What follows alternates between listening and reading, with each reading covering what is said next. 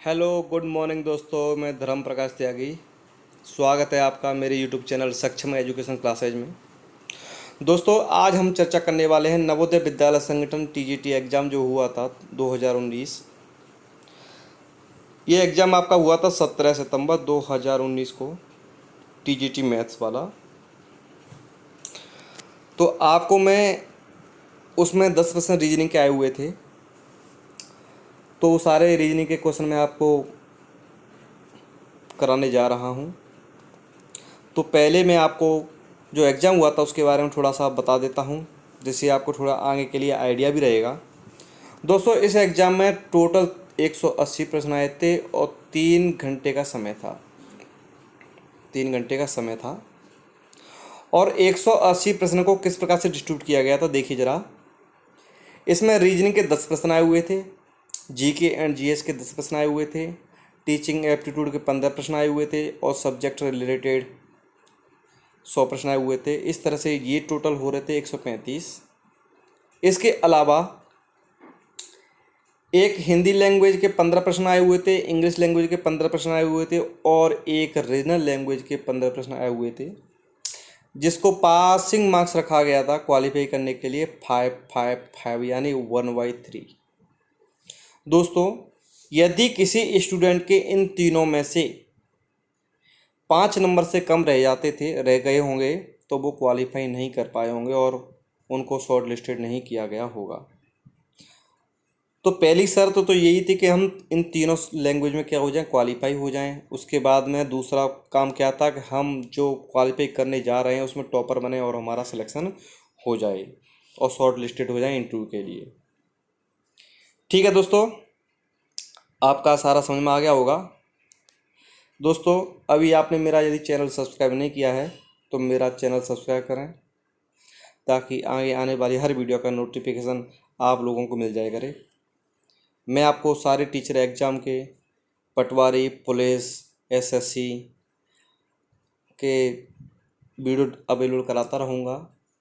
यदि आपको कोई इस टॉपिक समझ में नहीं आता है तो आप मुझे व्हाट्सअप कर सकते हैं और अपना टॉपिक बता सकते हैं। ठीक है, कोशिश करूँगा आपका वो टॉपिक उसी दिन वीडियो बना के पहुँचाया करूँ। मेरा नंबर है 7737100688। नाम मेरा धर्म प्रकाश त्यागी। ठीक है दोस्तों, अब हम अपना वीडियो स्टार्ट करते हैं। हमारा एग्ज़ाम के बारे में पूरा जो इंट्रोडक्शन था कंप्लीट हो चुका है। अब आपको अच्छे से समझ में आएगा। देखो दोस्तों, इसमें पहला प्रश्न क्या था।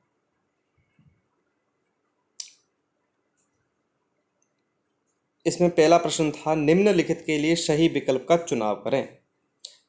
3/8 अनुपात 73 समानुपात 7/9 अनुपात। यहाँ पूछ रहा है कि यहाँ क्या आएगा।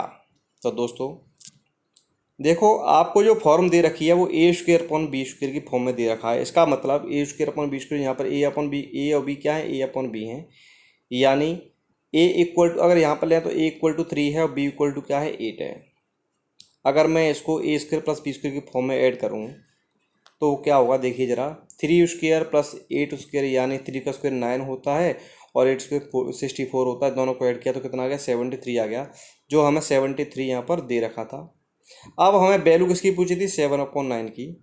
तो क्या हो जाएगा, 7 का स्क्वायर + 9 का स्क्वायर यानी 7 का स्क्वायर 49 और 9 का स्क्वायर 81। दोनों को जब हम ऐड करते हैं तो 130 इसका क्या हो जाएगा, राइट आंसर हो जाएगा। तो दोस्तों इसका राइट आंसर होगा 130। ठीक है दोस्तों, अब प्रश्न संख्या 2 की तरफ चलते हैं। दिए गए 4 संख्याओं में से 3 एक निश्चित तरीके से समान हैं जबकि एक डिफरेंट है, तो डिफरेंट नंबर ज्ञात कीजिए। दोस्तों, आपको यहाँ 4 नंबर दे रखे हैं। देखो कौन कौन से नंबर दे रखे हैं, 271, 277, 261, 233। तो दोस्तों हम क्या करते हैं,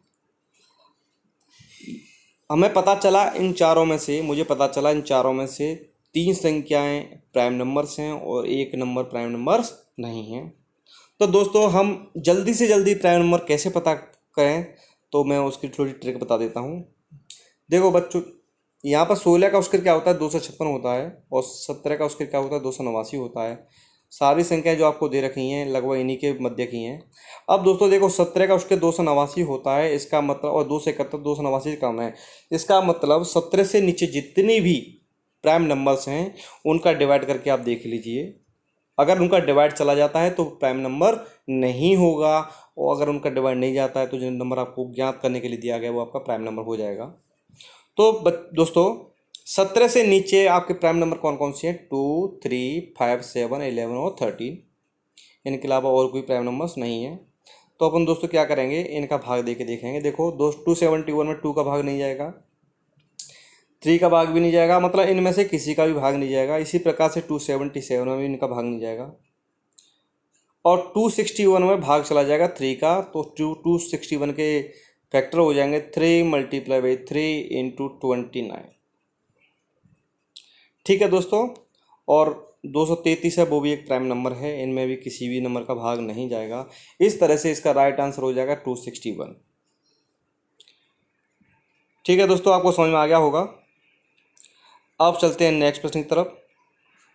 नेक्स्ट क्वेश्चन है, निम्नलिखित आकृतियों में से अन्य से अलग आकृति का चुनाव करें। दोस्तों आपको यहाँ दिखाई दे रहा होगा ये वाली आकृति, ये वाली आकृति, ये वाली आकृति, तीनों ऊपर की तरफ मुंह फाड़ रही हैं, जबकि ये वाली आकृति नीचे की तरफ मुंह फाड़ रही है। तो इसका राइट आंसर क्या हो जाएगा 4 हो जाएगा। ठीक है दोस्तों, अब आगे चलते हैं, अन्य से अलग संख्या का चुनाव करें। दोस्तों अभी हमने जो प्रश्न संख्या 2 की थी, सॉल्व किया था, उसमें हमने क्या देखा था, प्राइम नंबर्स और नॉन प्राइम नंबर्स देखे थे। इसी प्रकार ये वाला प्रश्न भी इसी तरह का है। 13 प्राइम नंबर है, 7 भी प्राइम नंबर है, 11 भी प्राइम नंबर है, लेकिन 9 एक प्राइम नंबर नहीं है। तो इसमें से इसका राइट आंसर हो जाएगा 9। प्रश्न नंबर 5 की तरफ चलते हैं। निम्नलिखित श्रृंखला में प्रश्न चिन्ह के स्थान पर कौन सी संख्या होगी। दोस्तों यहाँ पर आपको दे रखा है 14, 15, 19, 46 और 62। इसके नेक्स्ट कौन सा नंबर आएगा वो हम देख लेते हैं। देखिए जरा, 14, 15, 19, 46, 62। अब दोस्तों देखो पहला नंबर क्या था आपका 14 है, तो 14 प्लस 1 की पावर में 3 करता हूँ तो क्या आता है 15 आता है। 15 प्लस 2, मतलब यहाँ पर एक था, यहाँ 2 है, यहाँ 3 है, यहाँ 4 है। इसमें कैसे क्या सीक्वेंस दे रखा है, इस तरह से दे रखा है 1 2 3 4, ऐसे बढ़ता चला जाएगा। और यहाँ पहले 3 लेंगे, फिर 2 लेंगे, फिर 3 लेंगे, फिर 2 लेंगे। इस तरह से हम इसको क्या करेंगे, सॉल्व करेंगे। तो दोस्तों जब देखो यहाँ पर 14 प्लस 1 का क्यूब यानी 15 हो गया, 15 प्लस 2 का स्क्वायर यानी 19 हो गया, 19 प्लस 3 का क्यूब 46 हो गया। इसी तरह से 46 प्लस 4 का स्क्वायर 62 हो गया, और 62 प्लस 5 का पावर 3, यानी देखो यहाँ पहले 3 था, फिर 2 है पावर में, फिर 3 है, फिर 2, यानी यहाँ पर कितनी आएगी, फिर से 3 आएगी। और जब हम इसको ऐड करते हैं तो इसका राइट आंसर हो जाएगा 187। ठीक है दोस्तों, तो इसका राइट आंसर हो जाएगा 187। नेक्स्ट देख लेते हैं। स्वाति ने कन्नन का परिचय देते हुए कहा, उनकी माँ मेरी माँ की इकलौती बेटी है। कन्नन का स्वाति से क्या संबंध है। दोस्तों देखो यहाँ पर इकलौती बेटी है कौन, कन्नन की माँ, और स्वाति की माँ की इकलौती बेटी है। तो दोस्तों देखो कन्नन की माँ कौन हो गई, स्वाति हो गई। कन्नन की माँ स्वाति इसकी इकलौती बेटी है, तो इसका मतलब वो स्वयं स्वाति की बात कर रहा है। इकलौती बेटी मतलब एक ही बेटी है, तो जो स्वाति होगी कौन होगी, कन्नज की माँ होगी। तो स्वाति का कन्नज से क्या संबंध है, बेटा का संबंध है। कन्नन जो है स्वाति का क्या है, पुत्र है। ठीक है दोस्तों, इसका राइट आंसर हो जाएगा आपका पुत्र या बेटा। अब दोस्तों देखो प्रश्न नंबर 7, इसका मैं आपको यहीं बता देता हूँ। सॉरी, प्रश्न नंबर 7 उधर ही है, हाँ इधर ही है ये। तो देखिए आपको 2 कथन और 2 निष्कर्ष दिए गए हैं, नीचे दिए गए विकल्पों में से निष्कर्ष के बारे में हुई टिप्पणी चुनें।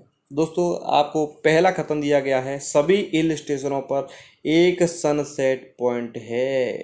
ध्यान रखना, सभी हिल स्टेशनों पर एक सनसेट पॉइंट है। इसका मतलब एक भी हिल स्टेशन ऐसा नहीं है यहाँ पर कोई सनसेट उपलब्ध न हो।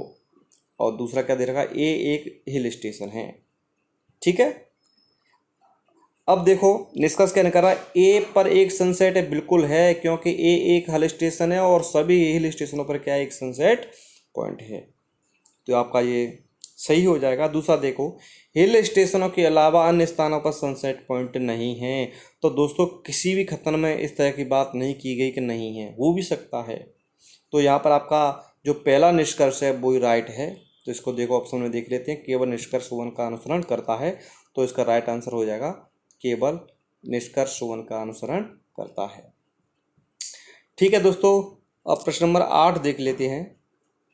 देखो क्या कह रहा है, निम्नलिखित प्रश्न में एक कथन और 4 निष्कर्ष दिए गए हैं। खुद के स्तर पर कुछ भी हल किए बिना कथन का तार्किक रूप से अनुसरण करने वाले निष्कर्ष का चुनाव करें। दोस्तों कथन दे रखा था सभी भिखारी गरीब हैं। तो देखो ये भिखारी हैं, तो सारे क्या हैं, गरीब हैं। कह रहा है ना सभी भिखारी गरीब हैं, यानी गरीब जो गरीब बड़ी संज्ञा हो गई, भिखारी छोटी संज्ञा हो गई। तो उसको मैं आपको ग्राफ से समझाने की कोशिश कर रहा हूँ। इसके निष्कर्ष क्या निकल रहे हैं, यदि एक्स भिखारी है तो एक्स अमीर नहीं है। बिल्कुल सही बात है, क्योंकि बोर्ड क्वेश्चन बोला सभी भिखारी गरीब हैं, तो अमीर तो हो ही नहीं सकता। तो इसका जो निष्कर्ष 1 है सही जा रहा है। बाकी को और देख लेते हैं। यदि एक्स अमीर नहीं है यानी गरीब है, तो एक्स भिखारी नहीं है। दोस्तों हो भी सही सकता है, तो इस वजह से ये वाला कथन गलत हो जाएगा। तीसरा देखो, जो गरीब है वे सभी भिखारी हैं। जो गरीब है वो सभी भिखारी हैं। ये गरीब बड़ी संख्या होगी, भिखारी छोटी संख्या होगी, जरूरी नहीं है। तो ये तीसरा क्वेश्चन भी क्या हो जाए, तीसरा जो निष्कर्ष है वो भी क्या हो जाएगा, गलत हो जाएगा। चौथा देख लो, अगर एक्स अमीर है तो एक्स भिखारी नहीं है। यदि एक्स अमीर है तो एक्स भिखारी नहीं है। दोस्तों हो भी सकता है, इसके बारे में कथन में कोई व्याख्या नहीं की गई है। इस वजह से आपका चौथा जो निष्कर्ष है वो भी क्या हो जाएगा, गलत हो जाएगा। तो आपका निष्कर्ष ओनली 1 निकलेगा। ठीक है दोस्तों, तो आपका राइट आंसर हो जाएगा तीसरा। अब देखो प्रश्न नंबर 9, निम्नलिखित के लिए समान युग्म का चुनाव करें। दोस्तों आपको दे रखा है 343:6। तो देखो यहाँ मुझे दिखाई दे रहा है, यदि मैं 6 में 1 ऐड कर दूं और उसका घन निकाल दूं तो मुझे 343 प्राप्त हो रहा है, यानी इस वाले नियम का क्या हो रहा है, अनुसरण हो रहा है। तो मैं इसका नेक्स्ट देख लेता हूँ ऑप्शन के हिसाब से। 7 में 1 जोड़ दूं तो 8 हो जाएगा, और 8 का घन कितना होता है, 512 होता है, जो इसका क्या कर रहा है, फॉलो कर रहा है। बाकी का और देख लेते हैं। जैसे 17 है, 17 में 1 जोड़ेंगे 18, और 18 का क्यू तो बहुत ज़्यादा जाएगा, है ना, तो ये गलत हो जाएगा। इसी तरह से 256:4, 4 में 1 जोड़ूंगा तो 5 हो जाएगा, और 5 का क्यू 125 होता है, तो ये गलत हो जाएगा। इसी प्रकार 225:15, 15 में 1 जोड़ूंगा 16 हो जाएगा, और 16 का क्यूब बहुत ऊपर जाएगा, क्योंकि 15 का स्क्वायर 225 होता है, तो ये भी गलत हो जाएगा। इस तरह से इसका राइट आंसर हो जाएगा दूसरा। ठीक है दोस्तों, आगे चलते हैं। निम्नलिखित श्रृंखला में गलत पद का पता लगाएं। दोस्तों हमें जो एक सीरीज दी गई है 1, 6, 16, 31, इसमें कोई एक पद यहाँ से लेके यहाँ के बीच में गलत है, तो हमें उस पद का पता लगाना है। तो दोस्तों मैंने देखा, मैं 1 में 0 जोड़ दूंगा 1 हो जाएगा, फिर मैं 5 जोड़ूंगा, फिर 10 जोड़ूंगा, फिर 15 जोड़ूंगा, फिर 20, मतलब 5 ज़्यादा जोड़ते चला जाऊंगा हर नंबर में।